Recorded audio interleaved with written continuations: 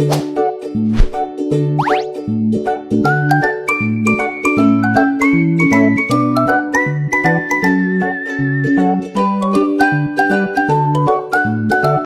another name, switch up the batteries. If you gave me a chance, I would take it. It's a shot in the dark, but I'll make it. No, it's a little hurt, you can't shame me. When I am with you, there's no place I'd rather be.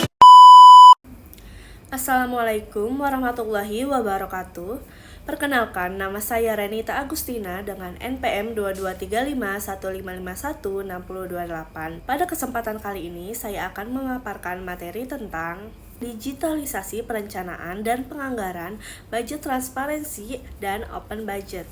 E-government adalah pemanfaatan teknologi informasi dan komunikasi dalam proses pemerintahan untuk meningkatkan efisiensi, efektivitas, transparansi, dan akuntabilitas penyelenggaraan pemerintahan. Digitalisasi perencanaan dan penganggaran atau disebut dengan e-planning dan e-budgeting adalah sistem berbasis teknologi informasi untuk menyusun, mengelola, dan memantau perencanaan pembangunan serta anggaran pemerintah secara elektronik.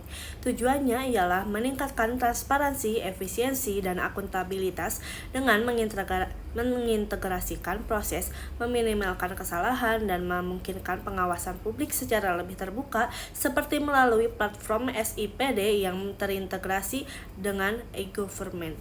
Adapun pengertian e-planning atau yang disebut dengan perencanaan elektronik ialah sistem digital untuk menyusun, memproses, dan mengevaluasi program serta kegiatan pembangunan daerah secara terintegrasi. Tujuannya yaitu mengatasi masalah klasik seperti tumpang tindih program, keterlambatan, dan kelemahnya integrasi antar sektor serta mendorong partisipasi publik.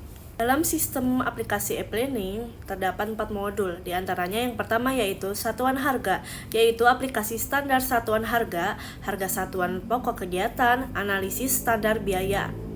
Yang kedua ada Musrenbang, yaitu aplikasi pelaksanaan rembuk warga, Musrenbang kelurahan, Musrenbang kecamatan, forum OPD sampai dengan penyusunan pra RKA OPD. Yang ketiga ada E-Pokir, yaitu aplikasi pokok pikiran anggota DPRD Kota Medan. Yang keempat ada perencanaan berkelanjutan, yaitu aplikasi rencana pembangunan jangka panjang atau RPJP, rencana pembangunan jangka menengah RPJM, rencana strategis, Renstra, dan rencana kerja organisasi perangkat daerah. E-planning menjadi alat bantu Bapeda dalam kegiatan perencanaan, pengendalian, dan evaluasi pelaksanaan rencana pembangunan daerah, serta selaku koordinator dalam penyusunan program kerja atau disebut dengan OPD. Secara umum, tujuan penyusunan sistem informasi perencanaan pembangunan daerah adalah yang pertama yaitu menghasilkan program perencanaan dan pembangunan daerah yang terintegrasi dalam sistem online dan offline, terciptanya interaksi dan sistem informasi yang melebarkan hubungan antara pemerintah daerah dan masyarakat. Yang kedua, secara bertahap untuk meningkatkan citra aparat pemerintah sebagai abdi negara dan masyarakat yang dapat bekerja lebih efisien, efektif, dan profesional. Yang ketiga yaitu terciptanya kemudahan bagi aparat pemerintah dalam mendapatkan informasi tentang rencana pembangunan pemerintah daerah. Yang keempat, terciptanya interaksi dan sistem informasi yang melebarkan hubungan antara pemerintah daerah dan masyarakat. Yang kelima yaitu secara bertahap untuk meningkatkan citra aparat pemerintah sebagai abdi negara dan masyarakat yang dapat bekerja secara lebih efisien, efektif, dan profesional. Yang keenam ada terciptanya kemudahan bagi aparat pemerintah dalam mendapatkan informasi tentang rencana pembangunan pemerintah daerah. Selanjutnya, e-budgeting atau yang disebut dengan penganggaran elektronik, yaitu sistem berbasis web untuk menyusunan, alokasi, pemantauan realisasi, dan pelaporan anggaran secara elektronik. Tujuannya adalah menghasilkan data anggaran yang akurat, meminimalkan kesalahan hitung, dan memfasilitasi pengawasan keuangan. Sistem e-budgeting diterapkan sebagai dokumentasi penyusunan anggaran di sebuah daerah.